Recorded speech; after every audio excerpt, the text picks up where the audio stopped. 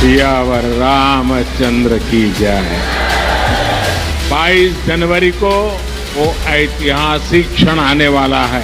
हमारे भगवान राम अपने भव्य मंदिर में विराजने जा रहे हैं। लोगों को आंखों में धूल झककर मोदी खुद राम के अवतार बनना चाहते हैं। 22 जनवरी का कार्यक्रम भी भारत के विश्वास और लोक आस्था की पुनर्प्रतिष्ठा का, भारत के गौरव की पुनर्प्रतिष्ठा का कार्यक्रम है। जाकी रही भावना जैसी, प्रभु मूरत देखी तिन तैसी, और जाको प्रभु दारुण दुख दीना, ताकि मत पहले हर लीना। ये सारा पॉलिटिकल ड्रामा है। बीजेपी और आरएसएस के कार्यक्रम में कांग्रेस पार्टी क्यों जाएगी? कांग्रेस की पूरी मानसिकता यही रहती है, हिंदुत्व आगे नहीं बढ़े, सनातन आगे नहीं बढ़े, उसका विरोध ही करना है हमेशा।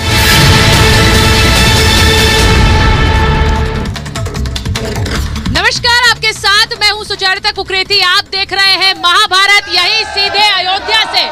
और अयोध्या नगरी में हमें वो आपको पता लग रहा है, उस जयकारे के साथ जय सिया राम की गूंज हर ओर है, और यही बताता है कि आप अयोध्या की पावन नगरी में मौजूद हैं। मैं यहाँ पर प्रभु श्री राम के भक्तों के साथ आज महाभारत आपके लिए लेकर आ रही हूँ। यूं तो महाभारत में हम अक्सर रामायण की बात करते हैं, लेकिन आप सोचिए, जब प्रभु श्री राम अयोध्या में अपने जन्मस्थान मंदिर में विराजमान होने वाले हैं, तो कोई महाभारत होनी नहीं चाहिए। लेकिन फिर भी जब यहाँ प्रभु श्री राम विराजने वाले हैं, तो हिंद में जब प्रभु श्री राम आ रहे हैं, तो उनके नाम पर संग्राम क्यों है? आज महाभारत इस बात पर हिंदू राष्ट्र को लेकर क्यों सवाल उठाए जा रहे हैं। क्या प्रभु श्री राम सबके नहीं हैं? प्रभु श्री राम शबरी के भी हैं, प्रभु श्री राम जटायु के भी हैं, प्रभु श्री राम केवट के भी हैं, प्रभु श्री राम हिंदू और मुसलमान सबके हैं। तो फिर हिंदू राष्ट्र को लेकर संग्राम क्यों है? आज महाभारत यहाँ अयोध्या से इसी पर कर रही हूँ, क्योंकि कुछ का कहना है कि अगर राम आएंगे तो हिंदू राष्ट्र आएगा। क्या ये घमासान मचाने की एक कोशिश यहाँ अयोध्या में प्राण प्रतिष्ठा से पहले है? आज मैं इसी पर कर रही हूँ महाभारत। ये रिपोर्ट पहले देख लीजिए, और उसके बाद यहाँ अयोध्या की नगरी से सिया राम के जयकारे के साथ महाभारत।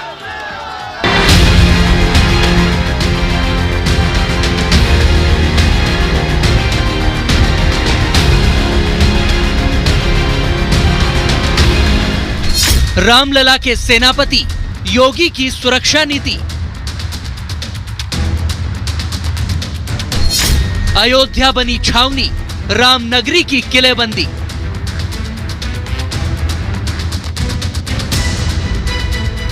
पग पग पर पुलिस वाले, सुरक्षा बलों के बड़े बड़े काफिले जल थल नभ से चप्पे चप्पे पर निगाह डाले।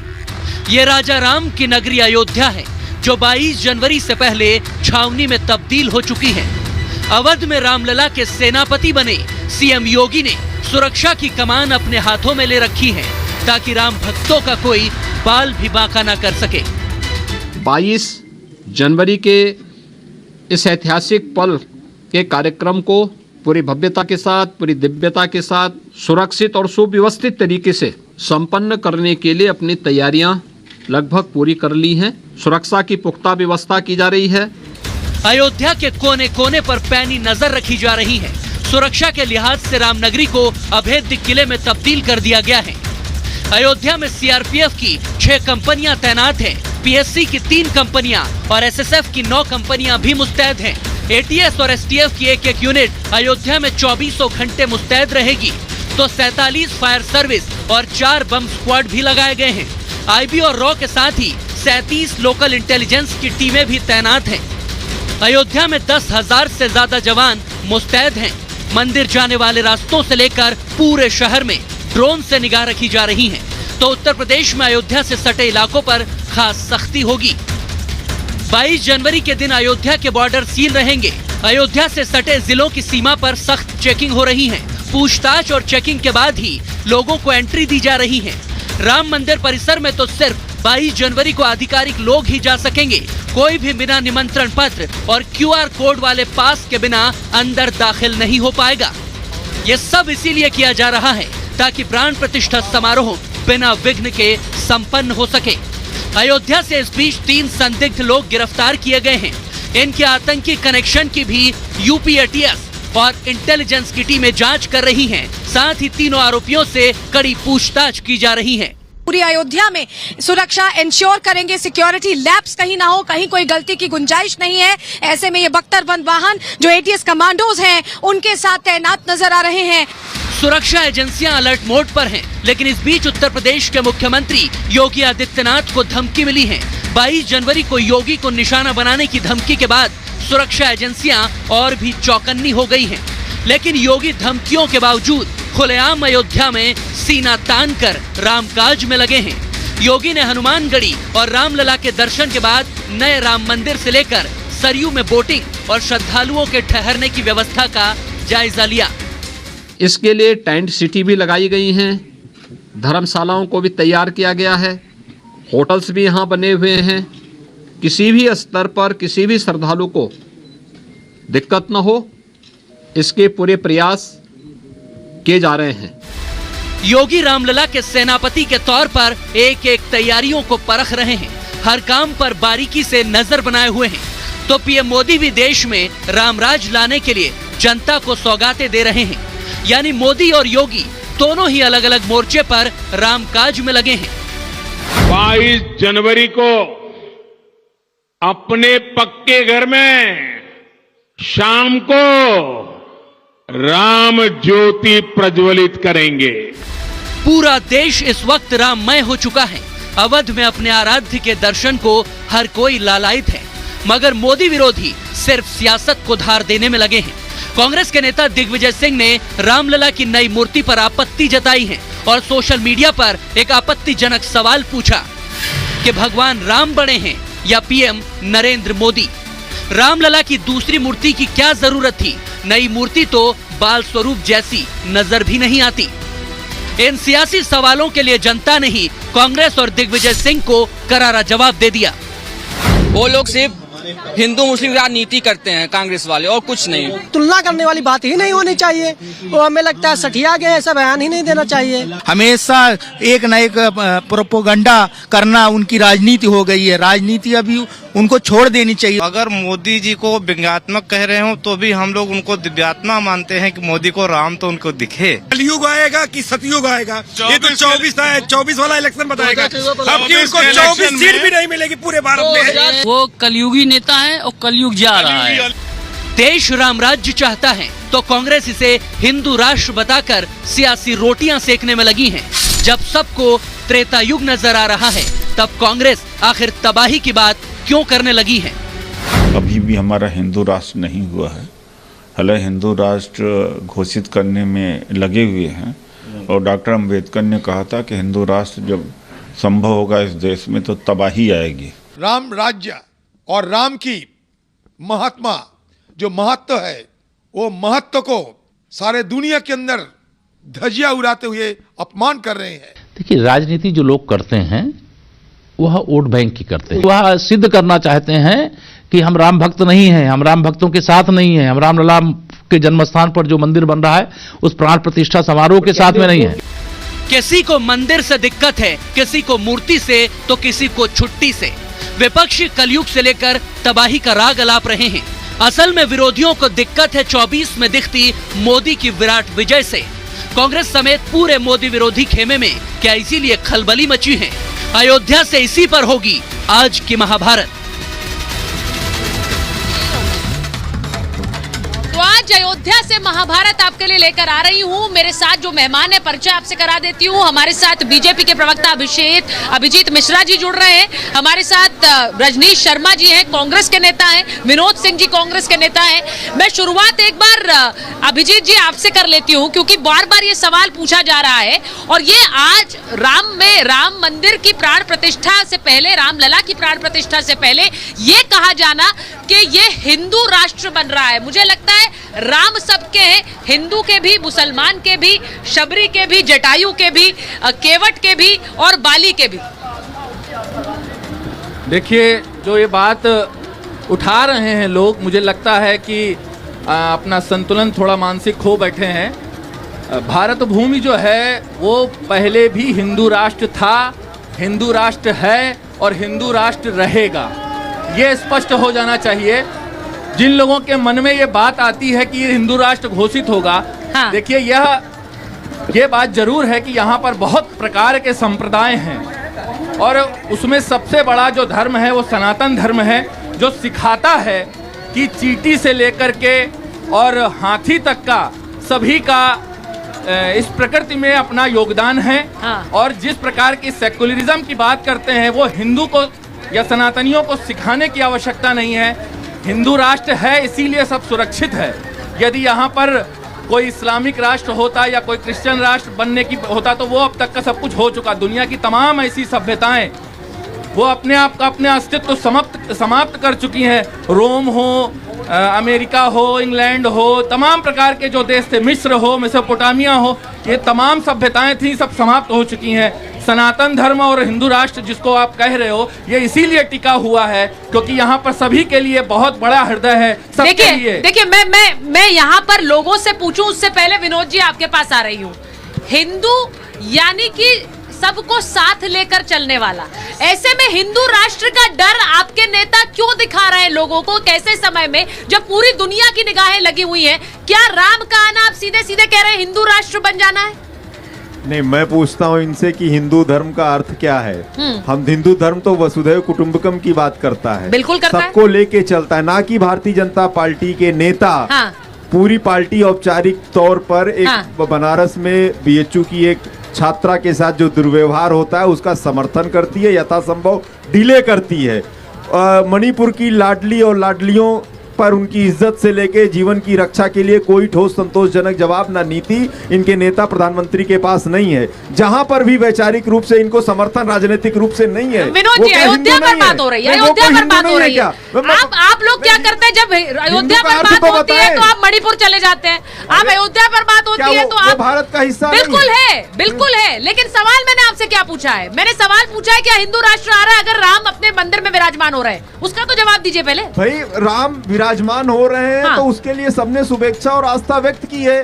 सारे लोग अपने समय के अनुसार उपलब्धता के अनुसार आ रहे हैं, दर्शन कर रहे हैं। आपके नेता तो डर दिखा रहे हैं ना, आपके नेता कह रहे हैं देखिए हिंदू राष्ट्र बन जाएगा। ये भारतीय जनता पार्टी का स्वांग है, ये इनकी अधर्मी चाल है। बयान आपके नेता के, स्वांग बीजेपी का। भारतीय जनता पार्टी का बयान आपके नेता का, स्वांग बीजेपी का। ये बिल्कुल बिल्कुल भारतीय जनता पार्टी से बोलने से आप बच रहे हैं, उस पर बोलने से। आप जानते हैं कि ये बयान इस वक्त एक दुर्भावना से दिया गया है, आप उस पर बोलते क्यों नहीं है? मैं एक बार लोगों से पूछूं जरा, एक बार मैं रजनीश जी आपके पास आऊं उससे पहले लोगों से पूछूं क्या कि ये क्या इस वक्त प्राण प्रतिष्ठा से पहले क्यों कह रहे हैं इस तरह की बात? देखिए भाजपा और कांग्रेस की बात नहीं है। ये कह रहे हैं कि हिंदू राष्ट्र आएगा, हिंदुत्व से इनको डर लग रहा है क्योंकि हिंदुत्व आ जाएगा तो इनकी दाल नहीं गलेगी ना। अगर ये कह रहे हैं वसुदेव कुटुंबकम तो वसुदेव कुटुंबकम शब्द कहाँ से आया? हिंदुत्व से आया।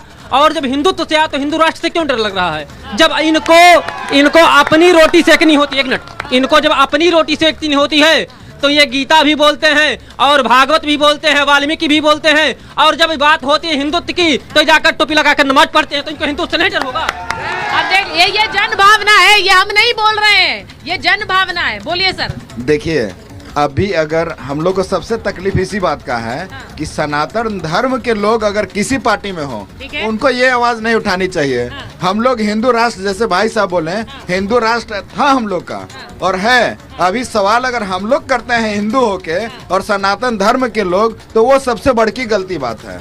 और ये कांग्रेस जो है हर समय यही करती है, इसको केवल फुट डालो, राज करो। अच्छा रजनीश जी वो कह रहे हैं कि यही तो है हिंदू राष्ट्र, वसुदैव कुटुंबकम यानी हिंदू राष्ट्र, यानी कि जिस वसुदैव कुटुंबकम की भावना से हम चल रहे हैं यही हिंदू राष्ट्र है। आप लोग डर दिखाना चाह रहे हैं। रजनीश जी जल्दी से जवाब दीजिए। देखिए एक बात तो जय श्री राम, और जय श्री राम। सच है कि देखिए हमारा नेता भी जब भाषण देता है तो हिंदुस्तान जिंदाबाद कहता है। ये हिंदुस्तान है, ये हिंदू का ही देश है और सभी धर्मों का देश है ये। आप ऐसे नहीं कह सकते किसी का देश नहीं है ये। और कांग्रेस पार्टी की रही बात, नहीं तो किसने बोला कि ये किसी का देश नहीं है? नहीं, ये बीजेपी बोलती है। क्या कब बोला? बीजेपी बोलती है। कब बोला? बीजेपी कौन सा बयान है? बीजेपी कब बोला? बीजेपी हमेशा बोलती है। बयान बताइए, देखिए बयान बताइए ना सर। बीजेपी हमेशा बोलती है। नहीं बीजेपी हमेशा बोलती, मैं उनकी पक्षधर नहीं हूँ, लेकिन बयान बता दीजिए जिससे मैं उनको सुना सकूं। बीजेपी ये बोलती है कि कांग्रेस पार्टी को दर्द है, मंदिर बनना दर्द है, कांग्रेस पार्टी को कहीं से दर्द नहीं है। अच्छा राहुल गांधी ने खुद कहा है हमारे सारे नेता जा सकते हैं। बिल्कुल, और तो डुबकी भी लगाकर चले गए, वो डुबकी लगाकर चले गए। बोलिए बोलिए। लगाएंगे नहीं, अच्छी बात है, डुबकी लगा कर गए हैं। हाँ बोलिए। कांग्रेस के जो नेता बड़े बड़े हैं, राहुल गांधी जी को, उनको आना चाहिए था ना यहाँ, तो वो सब पीछे हैं। अच्छा, पीछे जो पंक्ति में खड़े हैं वो हाथ उठा रहे हैं, बोलिए। कांग्रेस के नेता बहुत बड़ी बड़ी बात कहते हैं कि ये हमारा सब कुछ है, लेकिन एक बार बता दें कि यहाँ पे सबका सब कुछ भगवामय है।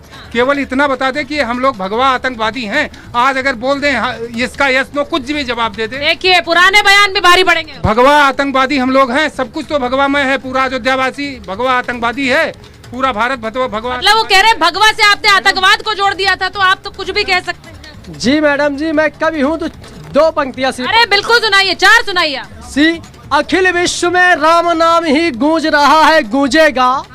अखिल विश्व में राम नाम ही गूंज रहा है, गूंजेगा। उसका बेड़ा पार लगेगा जो राघव को पूजेगा। राघव को सब पूछते हैं। उसका बेड़ा पार लगेगा जो राघव को पूजेगा। और आज युगों के बाद अवध अनमोल सुखद पल आए हैं। आज युगों के बाद अवध अनमोल सुखद पल आए हैं। टाट छोड़कर ठाट बाट से राम लला छब छाए हैं। और पूर्ण हुई है सदियों की वो आज प्रतीक्षा भक्तों की। भव्य दिव्य मंदिर में देखो राम लला छब छाए हैं। धन्यवाद। बहुत खूबसूरत। आप भी कवि हैं? मैडम, मैं आपको एक बात कहना चाहूंगा। मैं राजस्थान से आया हूं, जयपुर से। कांग्रेस का दोगला चरित्र है। ये हर बात को पहले विरोध करते हैं, जब इनको लगता है कि भारतीय जनता पार्टी के पक्ष में माहौल बन रहा है तो ये पीछे पीछे हमारे आ जाते हैं। बन रहा है क्या माहौल? माहौल पूरा बना हुआ है। इसीलिए वो कहते हैं कि सियासी इवेंट है, पॉलिटिकल इवेंट है। ये कोई पॉलिटिकल इवेंट नहीं है। भारतीय जनता पार्टी हिंदुओं की भावनाओं को समझती है और हमेशा हिंदुओं की भावनाओं का कार्यकर्ता तो नहीं है ना? नहीं मैडम। ठीक है मैम, जैसे हमें कभी भी धर्म पे हम लोगों को आपस में बहस नहीं करनी चाहिए। राम सबके हैं, राम कड़कड़ में बसे हुए हैं। ऐसा नहीं है कि आज प्राण प्रतिष्ठा हो रही है तभी राम आ रहे हैं। राम अयोध्या में बहुत पहले से हैं और युगों युगों में हमेशा राम ही हैं। ब्रह्म सिर्फ एक है, सिर्फ राम एक हैं जो हर धर्म के हैं।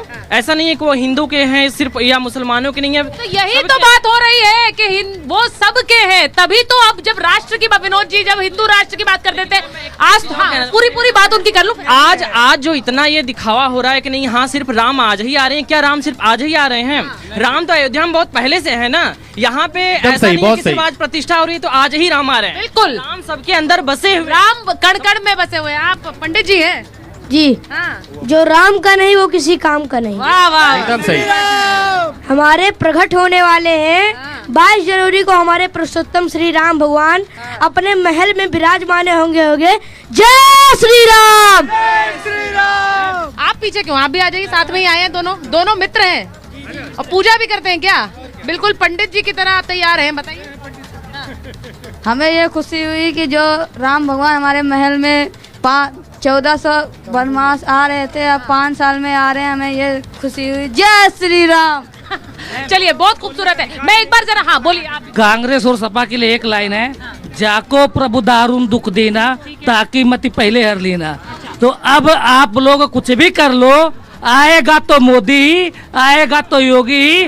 और अब की बात बता रहा हूँ, मैनपुरी इटावा जो सबसे बड़ा गढ़ होता था सपा का, एक उसके बाद अगला गढ़ आजमगढ़ जहाँ का मैं रहने वाला हूँ, वहाँ से भी साफ हो पूरी तरह से। अच्छा ठीक है, एक मिनट। हाँ, एक मिनट। मैं जरा आ रही हूँ, मेहमानों के पास भी चली जाओ। एक बार विनोद जी, जो आपने बातें सुन ली, मुझे लगता है कि यहाँ अयोध्या आए और अयोध्या वासियों की बात न सुनू, ये बड़ा मुश्किल लगता है। हर कोई पाठ करता है, हर कोई जानता है कि उसे किस तरह से नेताओं को जवाब देना है। अब आप बताइए, मेरे सवाल के बिना इनके जवाब दे दीजिए।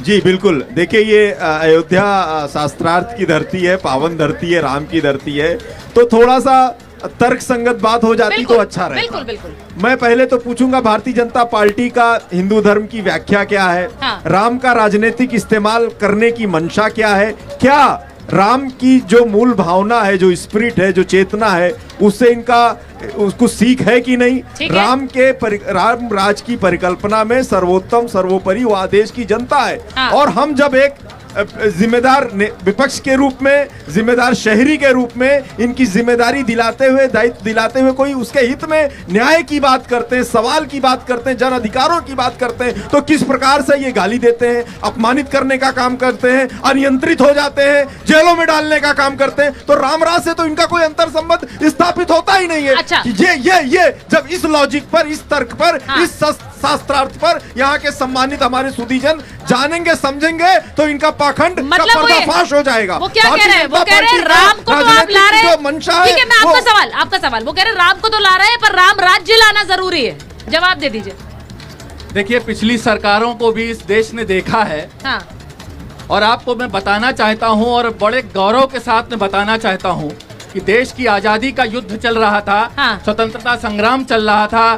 तमाम स्वतंत्रता संग्राम सेनानियों ने, तमाम क्रांतिकारियों ने अपने जीवन को आहुत किया वंदे मातरम और भारत माता के जयकारों के साथ पे। फांसी के तख्तों को चूम चूम करके फांसी के तख्तों पे लटक गए इस देश के नौजवान। ठीक है। और इतने साल हो गए, कभी आपने कल्पना करी थी कि जिस राष्ट्र ने भारत को गुलाम बना करके रखा, हाँ। 200 वर्षों तक का, अरे भाई आपकी भी सरकार थी, उत्तर प्रदेश में आपकी सरकार थी, कुछ भी बैग में झोंके जा रहे हैं, फेंके जा रहे हैं। अरे तार्किक बात करिए ना, क्या उत्तर प्रदेश में सरकार नहीं थी आपकी? क्या दिल्ली में इसके पहले सरकार नहीं थी? 2014 से ही सब कुछ हो रहा है। आपको भी बोलने नहीं देंगे इस तरीके से। एक-एक करके बोल लीजिए। हाँ, मेरी बात पूरी हो जाने दीजिए। कि आपने अब देखा होगा, इस देश का ऐसा प्रधानमंत्री आता है जो इंग्लैंड में पहुंचता है, यूरोप में पहुंचता है, अमेरिका में पहुंचता है, और वहां पर भारत माता की जय घोष के नारे लगते हैं, वंदे मातरम के नारे लगते हैं। ये देख करके पूरे देश का 56 इंच का सीना होता है। और आज इस पावन जो अवसर आया है, इस पावन पर्व आने वाला है, राजीव गांधी की सुनिए बात। पूरी दुनिया में जय श्री राम का जय घोष हो रहा है। मैं एक और सवाल इसी पर पूछ रही हूँ, क्योंकि आज आपके नेता हैं दिग्विजय सिंह, उन्होंने एक और सवाल उठाया, आप लोग भी सुन लीजिए। क्योंकि वो क्या कह रहे हैं, वो कह रहे हैं कि जिस तरह से प्राण प्रतिष्ठा का कार्यक्रम हो रहा है, मोदी बड़े या राम, उन्होंने ये सवाल उठा दिया है। अब मैं चाहती हूँ जरा कि आप लोग इस पर बोलें, क्योंकि वो कह रहे हैं कि कौन बड़े हैं भाई, ये सवाल वाजिब है क्या? खड़े हो जाइए, खड़े हो जाइए। हाँ। जो राम जी के हैं वही सबसे बड़े हैं। मोदी जी राम जी को लाए हैं तो मोदी जी बड़े हैं, पूरे भारत के नहीं पूरे विश्व के बड़े हैं। हिंदवा सोदरा सर्वे न हिंदू पतितो भवेत, मम दीक्षा हिंदू रक्षा, मम मंत्र समान। नहीं, वो पूछ रहे हैं प्रभु श्री राम से बड़े थोड़े ही हैं। प्रभु श्री राम से बड़े नहीं, लेकिन राम जी के जो भक्त होते हैं वो राम से भी बड़े होते हैं। इन्होंने बोला कि भक्त राम से भी बड़े होते हैं। अब ये जो नया तर्क है कि भक्त है तो वो प्रभु श्री राम। हाँ मैम, सबसे पहले मेरा प्रश्न भारतीय जनता पार्टी की प्रवक्ता से है। उन्होंने शुरुआत में कहा कि वो हिंदू राष्ट्र बनाना चाहते हैं, उनकी ऐसी मंशा है। नहीं, उन्होंने ऐसा नहीं कहा। उन्होंने ऐसा नहीं कहा। मैंने सुना। आपने कहा क्या ऐसा? आपने ऐसा कहा क्या आप हिंदू राष्ट्र बनाना चाहते हैं? नहीं, उनको बताइए, क्योंकि ये सही नहीं है। अगर ये मैसेज जा रहा है तो ये सही नहीं है। वो कह रहे हैं हिंदू राष्ट्र आप बनाना चाह रहे हैं क्या? मंशा है आपकी? वो है, था भी, है भी और रहेगा। वो था, है और रहेगा। विष्णु शंकर जैन भी आ गए हमारे साथ। विष्णु शंकर जैन जो इस पूरे मामले में, आपको बता दें कि काशी विश्वनाथ का जो ज्ञानवापी का विवाद है उसमें हिंदू पक्ष के वकील है विष्णु शंकर जैन, और वो इस पूरे मामले को जिस तरह से रख रहे हैं।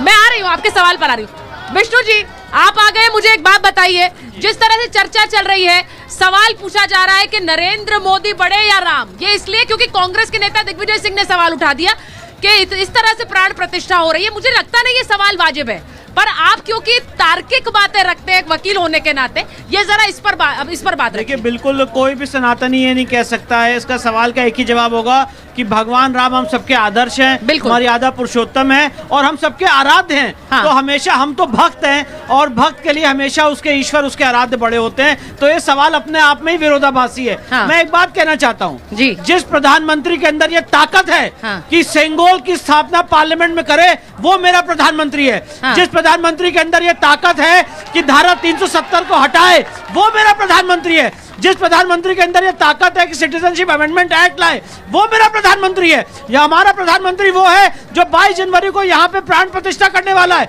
सोमनाथ मंदिर की तरह नहीं कि जवाहरलाल नेहरू ने राष्ट्रपति को भी जाने से रोक दिया था। और ये लोग बात करते हैं शास्त्रों की। सोमनाथ मंदिर का इवेंट मैनेजमेंट नहीं हुआ। एक मिनट सर, मैं आपके बीच में नहीं बोला। ये लोग बात करते हैं शास्त्रों की, इनको बड़ा शास्त्रों को और शंकराचार्यों के प्रति प्रेम है। मैं पूछना चाहता हूं, जब ज्ञान व्यापी में शिवलिंग पे वजू हो रहा था तब इनका क्या स्टैंड था? तब इनका क्या स्टैंड था? लोकसभा नरेंद्र मोदी और शंकराचार्य जी को लाठियों से मरवाया गया। और जब ये बोला गया इस देश के संसाधनों पे सबसे पहला अधिकार मुसलमानों का है, तब क्या स्टैंड था? सारी बातें मेरी बात सुनिए, सुन लीजिए रजनीश जी, वो बोल रहे हैं, उसके बाद सवाल पूछ लीजिए। एक मिनट रुक जाइए ना, वो सवाल को पूरा कर रहे हैं, उसके बाद रजनीश जी आप सवाल पूछ लीजिए। यहाँ पर कोई दंगल थोड़ी हो रहा है, यहाँ कोई दंगल थोड़ी है रजनीश जी। मैं बोलना शुरू करता हूँ खलबली मच जाती है। मैं ये कहना चाहता हूँ सुचरिता जी, कि इन्होंने कहा सुप्रीम कोर्ट में एफिडेविट देके कि भगवान राम काल्पनिक है। किसके अंदर ये हिम्मत हुई भगवान राम के नक्शा फाड़ने की सुप्रीम कोर्ट में? किसके अंदर ये हिम्मत थी सुप्रीम कोर्ट में कहने की इसको 2019 के बाद सुन लीजिए? किसके अंदर ये हिम्मत थी ये कहने की कि रामायण एक काव्य है? किसके अंदर ये हिम्मत थी हम सारे लोगों को तालिबानी कहने की? इनकी सरकार ने, इनकी पार्टी ने किया। ठीक है, वो सवाल ठीक है, कपिल सिब्बल ने, राजीव धवन ने कहा। ठीक है रजनीश जी सवाल, राहुल गांधी ने कहा, गांधी परिवार ने कहा, कांग्रेस पार्टी ने कहा, रिकॉर्ड किसी ने नहीं कहा। सुनिए, शंकराचार्य जैसे देश के प्रधानमंत्री पहले नेहरू थे, अभी नरेंद्र मोदी है। शंकराचार्य को अरेस्ट कराया, आज वो शंकराचार्य को जिन्होंने शंकराचार्य को अरेस्ट करवाया। ठीक है रजनीश जी का सवाल है, रजनीश जी का सवाल है, सवाल पूछिए। शंकराचार्य जी सनातन धर्म के प्रधानमंत्री है, ठीक है।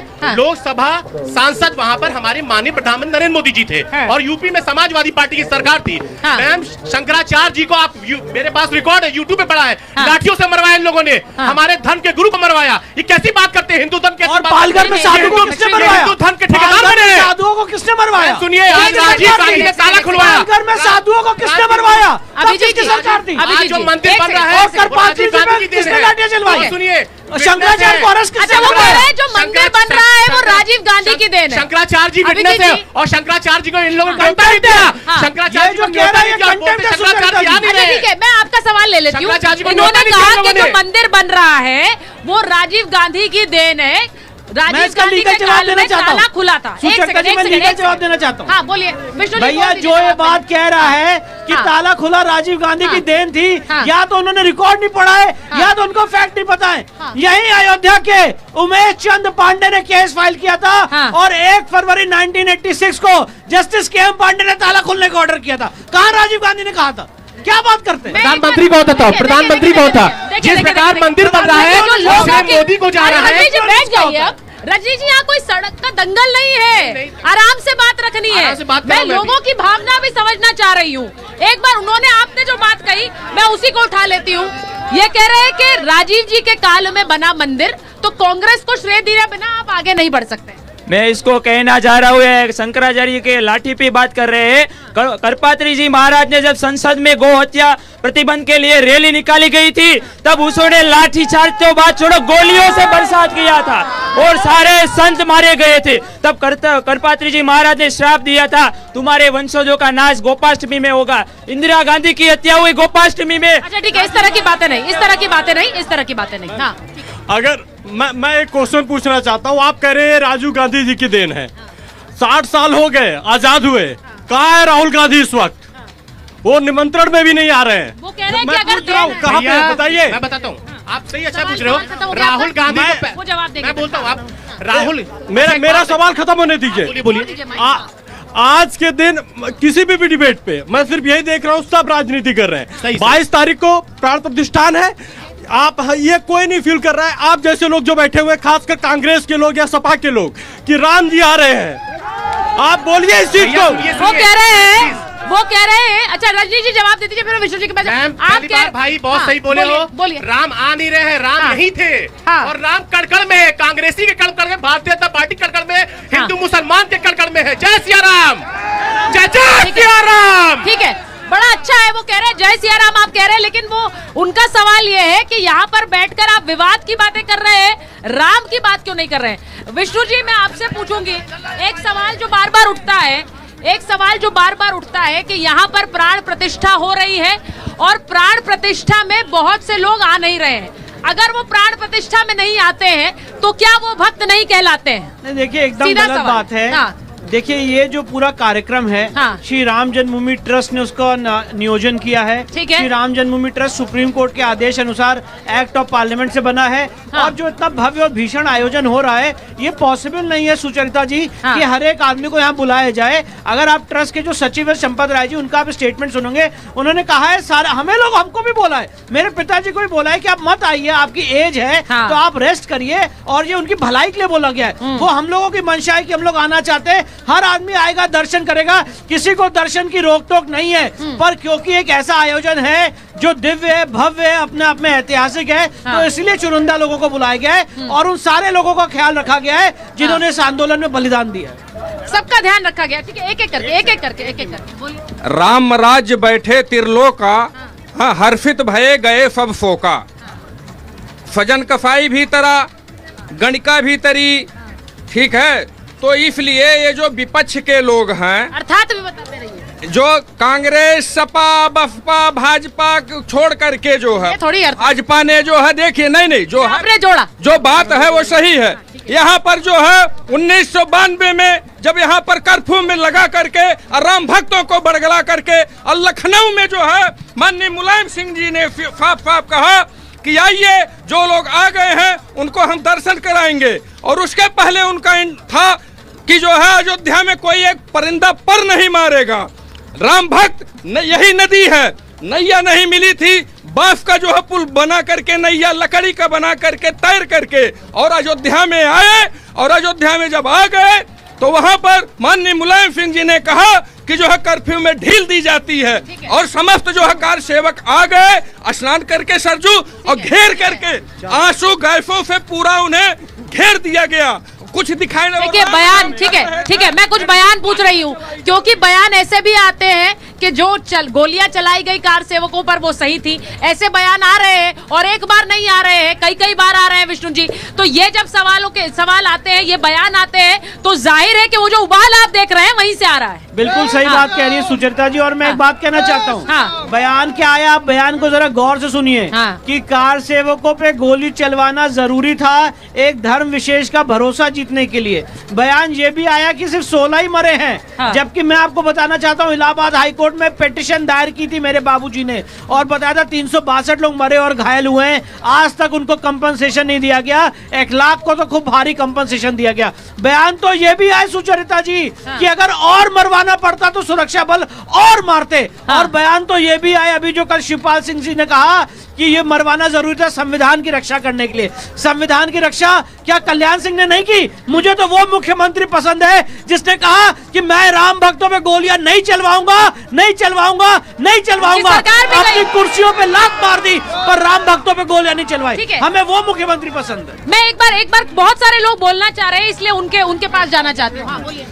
2014 से पहले देश का हिंदू अपने आप को कुंठित महसूस कर रहा था, डरा हुआ महसूस कर रहा था, लेकिन जब से हमारे माननीय प्रधानमंत्री नरेंद्र भाई मोदी जी ने सत्ता संभाले है, देश का हिंदू गौरवान्वित महसूस कर रहा है और हर भारतीय विदेश में भी जाकर अपने आप को सम्मानित महसूस कर रहा है। यह सम्मान हमारे मोदी जी ने और योगी जी ने हमें दिलवाया है। और मेरा कांग्रेस वालों से निवेदन है कांग्रेस वालों से कि अभी भी भगवान राम का आशीर्वाद लेते हुए अभी भी दर्शन, अभी भी सुन लो, वो कह रहे हैं अभी भी सुन लो। बोलिए। समय नहीं गया। ठीक है। बोलिए।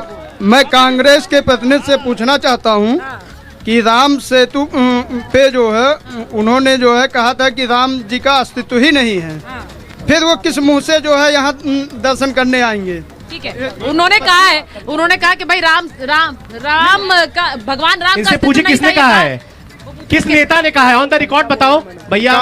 कांग्रेस के ही नेताओं ने कहा। बीजेपी की IT सेल और व्हाट्सएप की यूनिवर्सिटी का है। वो कह रहे हैं सोनिया गांधी ने कहा, राहुल गांधी ने कहा। तो बहुत सम्मान करता हूं भाई मैं।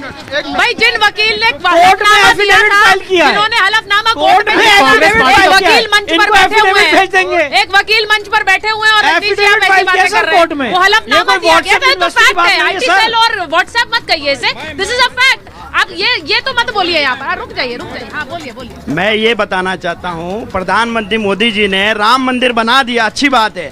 अब अपने को विश्राम नहीं करना। अगर कांग्रेस और विपक्ष पार्टी को कोई भी स्नेह हो हिंदुओं के प्रति तो काशी में, मथुरा में हमें मंदिर बना के दिखावे, कोई भी एक जगह।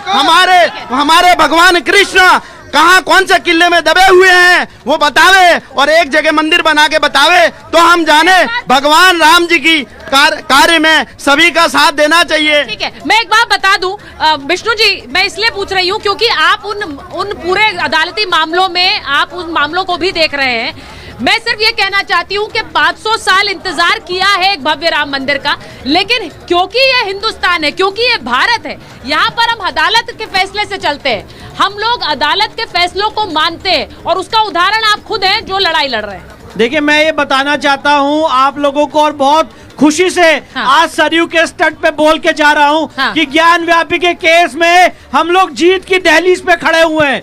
24 तारीख को कोर्ट में सुनवाई होने वाली है, आर्कियोलॉजिकल सर्वे की रिपोर्ट खुलने वाली है और ज्ञान व्यापी का सच सबके सामने आने वाला है। श्री कृष्ण जन्मभूमि के केस में हम बहुत प्रगति कर चुके हैं, जो राम मंदिर के केस में 39 इयर्स बाद हुआ, कृष्ण जन्मभूमि केस में 3 साल में हो चुका है, सर्वे का ऑर्डर हो गया है, मामला सुप्रीम कोर्ट में पेंडिंग है, 29 तारीख को सुनवाई है और वो मसला भी बहुत शीघ्र सॉल्व होगा। ठीक है, मैं एक चीज पूछना चाह रही हूँ विनोद जी, उसके बाद मथुरा से आए हैं, बोलना चाह रहे हैं। हाँ बोलिए। मैं मथुरा गोवर्धन से आता हूँ और आपने जैसे बात कही है, और गदा लेकर हनुमान जी का चलते हैं आप। गदा चूंकि तो दरबार चलता है बालाजी का, इसलिए साथ ही रहता है। तो मैं मथुरा से आया, जैसे आपने कहा हमारे दिनेश शर्मा जी हैं वहाँ पिटीशन दायर करने वाले, और मैं उसमें महामंत्री पद पर हूँ। मैं यहाँ आया, देखा, बहुत अच्छा लगा। अभी डिबेट हो रही है राम जी के ऊपर, 22 तारीख को भगवान विराजमान हो जाएंगे तो विषय मुद्दा समाप्त हो गया। अभी अगर सपा कांग्रेस और जितने भी इंडिया गठबंधन कर लिया है वो सारे लोग इकट्ठा हो जाएं, राम जी मिल गए, गोली बरसा दी, ठीक है कोई बात नहीं, मर गए वो भी कोई बात नहीं, वो भी हमारे पूर्वज थे, हमने सोचा कोई बात नहीं, हमें जिंदा रहे और हमें राम मंदिर मिल गया। अब सवाल मेरा यही है कि अभी ये दोनों पार्टियां या मुस्लिम पक्ष अगर भाईचारे की बात करते हैं तो मैं पर्सनल मथुरा के अंदर 11 एकड़ जमीन लीजिए, 11 एकड़ जमीन कृष्ण जन्मभूमि जो मस्जिद है वो हटा ले और 11 एकड़ जमीन अब सरकार बालाजी की ओर से दी जाएगी। इन दोनों पार्टियों से पूछे, समझौता करा दे और हमें दिला। चलिए, वो अपनी तरफ से कह रहे हैं। मैं एक बार विनोद जी आपके पास आ रही हूँ, एक मिनट, मैं आपके पास भी आ रही हूँ, आपके पास आना है मुझे। विनोद जी, मैं आपसे पूछ रही हूँ, यहाँ पर बहुत से लोगों ने कहा कि आप राम मंदिर के आमंत्रण के बाद भी नहीं है।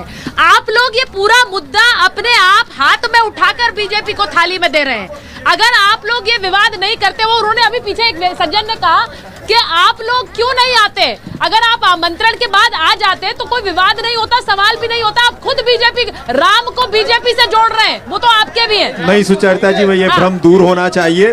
अभी 15 तारीख को ही कांग्रेस पार्टी के महत्वपूर्ण नेता दिल्ली से पूरी कांग्रेस की उत्तर प्रदेश की टीम अध्यक्ष सहित सभी हजारों लोग यहाँ पर आए, सरयू मैया में डुबकी लगाई, बजरंगबली के दर्शन किए हनुमानगढ़ी के, और हमने ये प्रार्थना की कि नरेंद्र मोदी जी भारतीय जनता पार्टी को सद्बुद्धि दे। लेकिन 22 को नहीं आएंगे। बिल्कुल आएंगे, बहुत सारे नेता आएंगे और बार बार आते रहेंगे। कांग्रेस के तो नहीं आएंगे 22 को, यार विष्णु जैन जी ने अभी इन्होंने कहा कि हमारी मंशा है ये कि सारे लोग ना आए, कोई अफरा तफरी का माहौल ना आ जाए। नहीं, तो ये तो बुजुर्गों के लिए कहा गया, उन्होंने अपने पिताजी के लिए कहा। बुजुर्ग लोग यहाँ पर आकर कष्ट होगा। किसने मना किया? मैं पूछता हूँ, किस नेता ने मना किया कि हम नहीं जाएंगे? ये बताए। नहीं, आपका निमंत्रण नहीं ठुकराया कांग्रेस पार्टी ने? नहीं ठुकराया, नहीं ठुकराया, शुभेच्छा दी है, नहीं ठुकराया। उन्होंने ये नहीं कहा कि 22 को नहीं आ रहे, 22 के बाद आएंगे।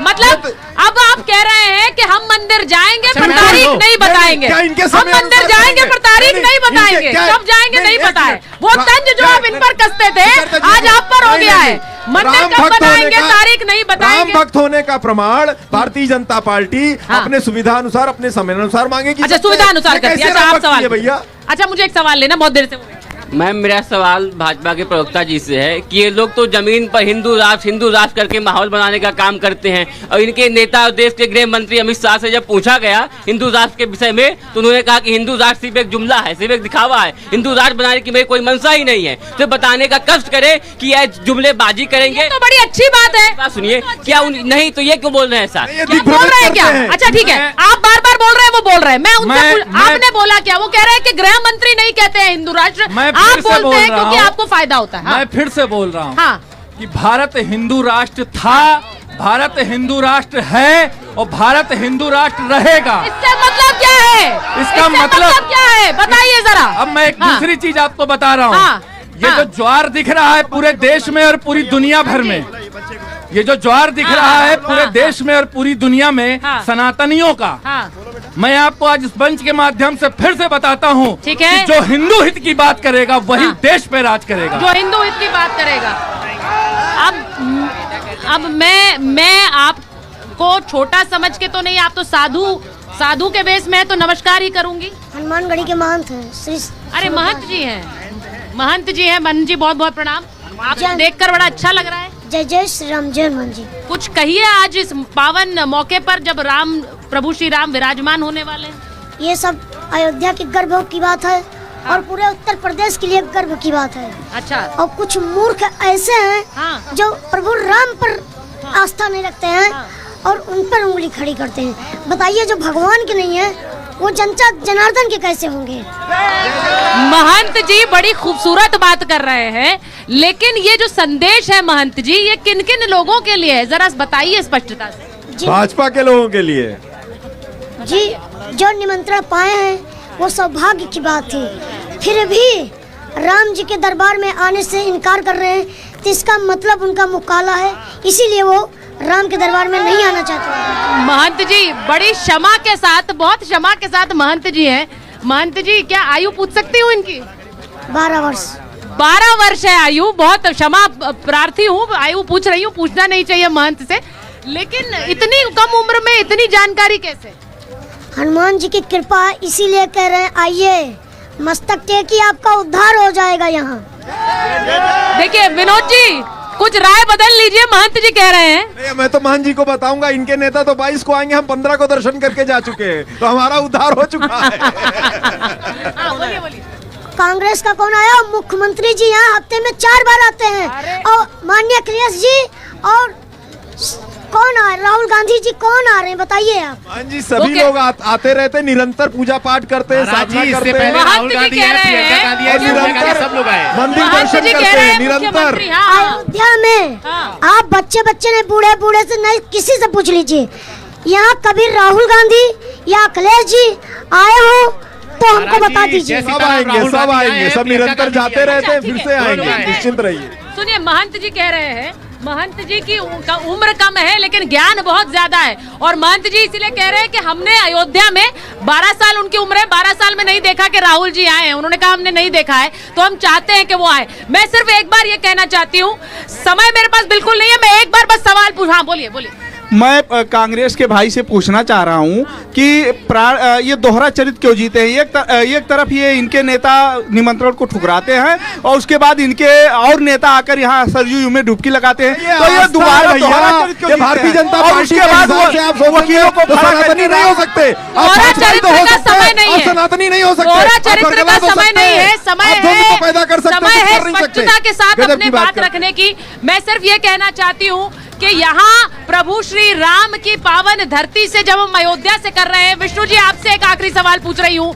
लोग कहते हैं कि अदालती लड़ाई बहुत लड़ ली, लेकिन आप क्योंकि काले कोट वाले हैं, काले कोट वाले अदालती लड़ाई ही लड़ते हैं, मुझे बता दीजिए क्या और लड़ाई लड़ेंगे आप? क्योंकि आप काशी का भी मामला आप रख रहे हैं, मथुरा के मामले में भी आप अदालत में जा रहे हैं, ये अदालती लड़ाई कब तक लड़ेंगे? जहाँ जहाँ मंदिर तोड़ के मस्जिद बनाई गई है वहाँ तक हम अदालती लड़ाई लड़ेंगे और कोर्ट के माध्यम से हर एक मंदिर को मुक्त कराने का काम करेंगे, जहाँ जहाँ हमारी मंदिर तोड़ के मस्जिद बनाई गई। मैं बस ये कहना चाहती हूँ कि प्रभु श्री राम संवाद की बात करते हैं, विवाद की नहीं, इसीलिए हम प्रभु श्री राम के इस संवाद वाला जो एक मंत्र है उसको हमेशा याद रखते हुए प्रभु श्री राम की इस पावन धरती से राम के वापस विराजमान होने के इस मौके पर बहुत बहुत धन्यवाद देते हैं आप सभी का कि आप हमारे शो में जुड़े। बहुत बहुत धन्यवाद, बहुत बहुत धन्यवाद।